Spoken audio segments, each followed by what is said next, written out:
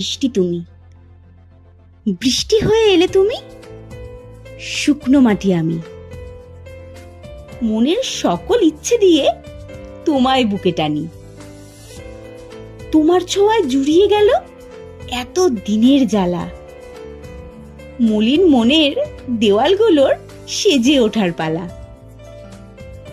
শরীর জুড়ে তোমার ছোঁয়ার অদ্ভুত শিহরণ।